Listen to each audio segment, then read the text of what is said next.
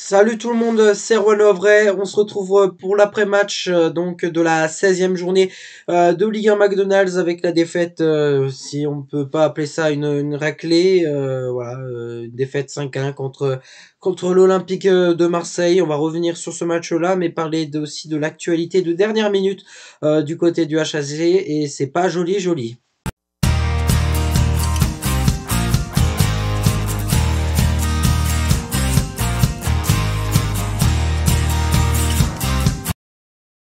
On le savait avant le début du match, le HAC est en grande difficulté en championnat.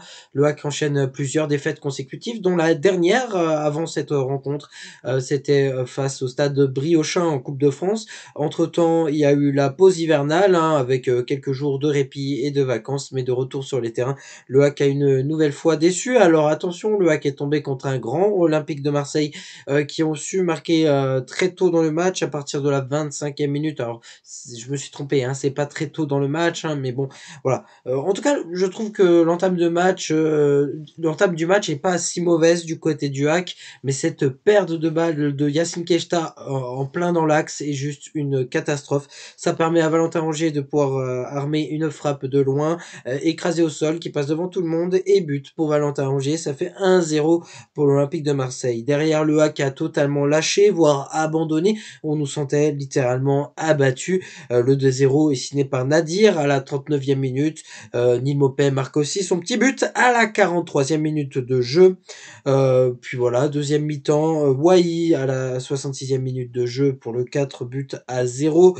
5-0, c'est Garcia à la 75e minute de jeu. Et même si cette histoire est assez terrible, si on peut retenir quelque chose de positif de la soirée et de la défaite contre Marseille dimanche soir, c'est bien le but de André Ayou pour le HAC à la 85e minute de jeu, même si ce but ne compte pas réellement sur le résultat final du match, il compte beaucoup dans le valeur du joueur, puisque André Ayou, comme vous le savez, a un cœur marseillais, formé à Marseille, il a joué à Marseille, et de voir le stade Vélodrome applaudir le joueur ghanéen, ça m'a fait plaisir. C'est le seul plaisir que j'ai eu dans cette soirée. Enfin, pas le seul, j'ai eu aussi un deuxième plaisir, mais qui n'en est pas un en réalité, parce que j'aurais aimé avoir faux. C'est que mon pronostic, tout simplement, était juste, puisque lors de la vidéo avant-match, vous avez pronostiqué une victoire 5-1 de Marseille, et c'est le cas, mais vous doutez bien que j'aurais préféré, tout simplement, j'aurais préféré avoir eu tort. Mais bon, c'est comme ça. Et c'est parti donc pour notre 100% hack. La défaite contre Marseille n'a rien de surprenant. La raclée était évitable, mais voilà, on est surpris, on n'est pas surpris. En fait, rien ne peut nous surprendre du côté du hack en ce moment, parce que on commence aussi à être habitué. Enfin, moi personnellement, en tant que supporter du hack, je suis habitué à commencer à m'en prendre plein la tête chaque week-end. Là, ça fait du bien, on n'avait pas de match.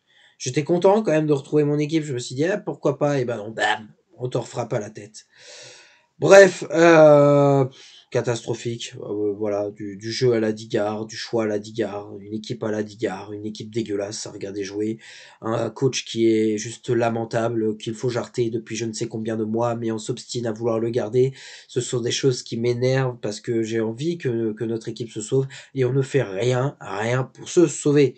Le match en question est une absurdité. Voilà, je veux dire, Yacine Keshta qui renvoie le ballon dans l'axe. Jamais dans l'axe, c'est ce qu'on apprend à l'école de football. Jamais dans l'axe, tu peux me foutre sur les côtés, on touche là où tu veux, mais jamais dans l'axe. Ça offre une passe décisive pour le Marseillais. Puis le truc que je ne supporte pas, c'est notre esprit de lâcheur. Nous, on a un slogan, les supporters le chantent régulièrement. Je l'ai chanté déjà à plusieurs reprises dans ma vie. C'est toujours avancer, ne jamais rien lâcher. Si nos joueurs n'ont pas imprégné ce message-là, parce que eux, ils lâchent. Quand on perd 1-0, ça y est, on en prend 2-3, c'est fini. Alors qu'on a les capacités d'essayer de chercher les solutions, de mieux jouer, non, parce qu'on lâche. Et c'est pas moi qui le dis, c'est aussi Zoawi à la fin du match, au micro de DAZN, qui dit effectivement, on se dit dans les vestiaires qu'il faut pas qu'on lâche, machin, mais au final on lâche. Et les gars, c'est pas possible.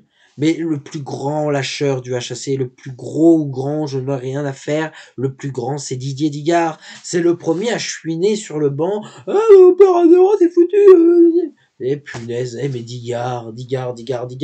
Et encore Digard, c'est quelqu'un, voilà, voilà, il est content, il a son rôle de coach, il est coach principal, mais au-dessus, Mathieu Bonnemer, monsieur Jean-Michel Roussier, mais qu'est-ce que vous attendez pour le jarter? Le mec, dans le journal de hier, on regardait, il y a même pas d'ultimatum, mais je me pose vraiment la question de comment tu peux pas remettre en question sa place. Ce n'est pas possible, le hack est 17e de Ligue 1, on enchaîne je ne sais combien de défaites, notre jeu est dégueulasse, nos joueurs n'ont plus le niveau parce que les joueurs sont mécontents, parce qu'ils sont pas bons dans leur positionnement, parce qu'il y a aussi un aspect mental où le hack vit mal en ce moment et voilà.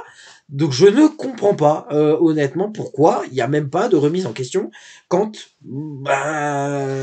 quant à au poste de Digard. Voilà, c'est quand même lunaire. Alors au contexte du match, voilà, je l'ai dit, hein, voilà, on va passer à autre chose parce que l'actualité du côté du hack, là, j'ai envie un peu de défoncer du monde. Bon, on va rappeler tranquillement que Steven Goura est parti du hack, direction le Cercle Bruges. Autant Digard ne l'utilisait pas tant que ça, moi j'aurais aimé qu'il reste parce que je pense que c'est un joueur qui avait un peu de potentiel ou en tout cas qu'on aurait pu tirer pendant encore 1 ou 2 ans. Du côté de Christopher Operi, c'est maintenant officiel. Il rejoint le club turc de Istanbul Başakşehir pour une modeste, oui, je le dis, modeste somme de 2,5 millions d'euros. Voilà, c'est pas énorme, mais c'est pas énorme parce que le joueur a perdu de sa valeur aussi. Faut être honnête. Alors Operi, c'est un mec qui avait une valeur croissante quand il est arrivé au hack en Ligue 2, il nous a fait monter l'année dernière. C'est un joueur qui avait une valeur qui était bien plus haute. Sauf que cette année, Operi a rien apporté. Il a eu quand même un niveau qui est franchement descendu. Est-ce que je peux lui en vouloir? Absolument pas. C'est pas que de sa faute. C'est un global. Je pense que l'équipe, en fait, a perdu de son niveau parce que les séances d'entraînement, ça doit être le bordel. Voilà. Bon, moi, j'habite pas au Havre. J'aurais aimé aller voir une séance d'entraînement, mais ça doit être lunaire. Avec Digard, ça doit jouer à la Marelle ou ça doit jouer, j'ai perdu mon mouchoir, machin truc, voilà, vous avez compris, c'est le cirque. Je pense qu'ils ne font pas des entraînements de football, donc je pense que ça a un impact aussi sur la valeur, sur les qualités des joueurs, et en conséquent, Christopher Operi donc est parti du hack avec une valeur qui n'était pas très très bonne. Operi, voilà. En tout cas, je tenais particulièrement à le remercier, c'est évident. Voilà, il a apporté beaucoup au hack. Il m'a apporté ce qui était pour moi le plus important de ma vie. Euh, Monter en Ligue 1, gagner ce titre en Ligue 2, c'était quelque chose d'important dans ma vie. Peut-être pas le plus important, mais quelque chose de très important dans ma vie parce que c'est quelque chose que j'attendais. Mon rêve de supporter a été réalisé et Operi faisait partie de l'effectif qui a réalisé mon rêve et je tenais sincèrement à le remercier et j'apprécie son message qu'il a fait notamment envers nous, peuple havrais, et j'espère qu'il arrivera à faire du bon travail du côté de Istanbul Başakşehir. Du côté maintenant de l'actualité, j'ai le journal L'équipe, je suis abonné, je peux regarder les différents articles qui parlent du hack, et là je me suis dit je vais regarder le journal aujourd'hui. Je tombe sur un article qui parle du hack. Oussama Targaline, Didier Digard, 2 versions, machin, voilà. Incroyable. Moi je suis pas surpris, hein, mais voilà. Alors en quoi cela consiste? Vous le savez, Targaline était absent du déplacement à Marseille. D'ailleurs, c'était un déplacement qui lui tenait à cœur parce que là aussi, Targaline, c'était un ancien joueur marseillais. Bref, hors contexte, Targaline était malade. Ça, c'est la version du club. Il paraît que Targaline était au Maroc et qu'il ne se serait pas entraîné. Voilà, bref. Mais il paraît surtout, qu'il y a une tension actuellement entre Digard et Targaline qui est due au positionnement de Targaline. Targaline est mécontent de son positionnement envers Didier Digard et il y aurait eu des tensions entre ces deux hommes. Ça me surprend pas. Le vestiaire est coupé en deux, on le sait clairement. Voilà, je veux dire, on le sait, les résultats sont compliqués, on a un entraîneur absolument incompétent et toutes les personnes, les joueurs qui sont là, qui sont dans le vestiaire le savent très bien, qui sont coachés par un vendeur de pommes à Marrakech. Alors au bout d'un moment, faut arrêter les conneries, quoi. Alors oui, Targaline, pour moi, je ne sais pas ce qu'il lui a dit, je ne sais pas ce qu'il a fait, mais il a raison, en fait. Il essaie de dire que bah non, ça va pas. J'ai souvent râlé sur ma chaîne YouTube des positionnements des joueurs qui ne s'étaient pas respectés. Targaline, il parle de la même chose envers son entraîneur. Et ça annonce quoi? Ça annonce que Targaline pourrait être sur le départ. Alors, le départ de Targaline avait aussi été évoqué cet été, sans offre concrète, hein, donc ce qui avait fait que le hack ne l'avait pas vendu. Mais en tout cas, le hack serait prêt à vendre Targaline. Donc voilà, ce serait dommage que cette histoire entre Targaline et le hack se termine là-dessus. Mais voilà, c'est sûr que c'est pas un article qui fait plaisir. Mais comme je l'ai dit, hein, c'est que pour moi, de toute manière, dans le vestiaire, il y a un problème actuellement. Il y a une cassure. Elle est présente. On a une blessure aussi au fond. C'est pas bon de perdre un enchaînement comme ça de défaites et voilà, de ne plus croire en nous. On le voit sur notre comportement du terrain, notre comportement de lâcheur. Parce que quand on perd un 0, on n'arrive pas après à perdre juste un 0. On perd 2, 3, 0, 4, 5, 1. Parce qu'on n'est pas capable de croire en nous, de croire en nos capacités.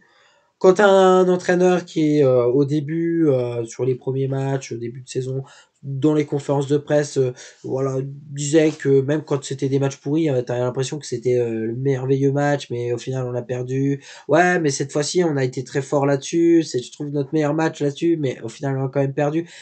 Au début, ça allait. Digard était déjà lunaire, mais je trouve que ça allait. Maintenant, il est en train de dézinguer les joueurs à chaque fois aux conférences de presse. Il descend les joueurs. Mais c'est pas la solution. Hein. Je veux dire, c'est pas la solution. Alors, les joueurs, c'est effectivement ceux qui sont sur le terrain, c'est eux qui déterminent le résultat à la fin du match. Mais les joueurs, en fait, pour moi, on a les joueurs qui ont un niveau pas si dégueulasse, en fait. Ils n'ont pas le niveau maximum qu'on aimerait voir. Parce qu'ils sont limités, parce qu'ils sont pas à l'aise, parce que les séances d'entraînement, je pense, ne sont pas bonnes, que ça se passe en cours de maternelle actuellement, que voilà. Vous regardez un match du hack, aussi pareil, vous regardez le match du hack, mais il y a zéro jeu. Qualité de jeu, zéro. L'équipe à Esner, il y avait des passes, il y avait quand même une construction, il y avait quelque chose. Là, il y a rien. C'est, on a le ballon, on dégage en haut. Piu, espérons que ça atterrisse sur les attaquants. Après, on reste en haut, mais on redescend pas. Avec notre défense à 3, normalement, t'es censé avoir à monter, descendre. On redescend pas, c'est pas aligné, c'est un bordel sans nom. Ça fait mal, quoi. Regardez, on joue mal. Il y a rien, il y a rien. Les milieux de terrain, ils servent à rien parce que t'as plus la construction. Moi, j'aime bien le beau football, et pour moi, du beau football, c'est un football simple. Simple, efficace, des passes, construction, passer sur l'aile, mais voilà.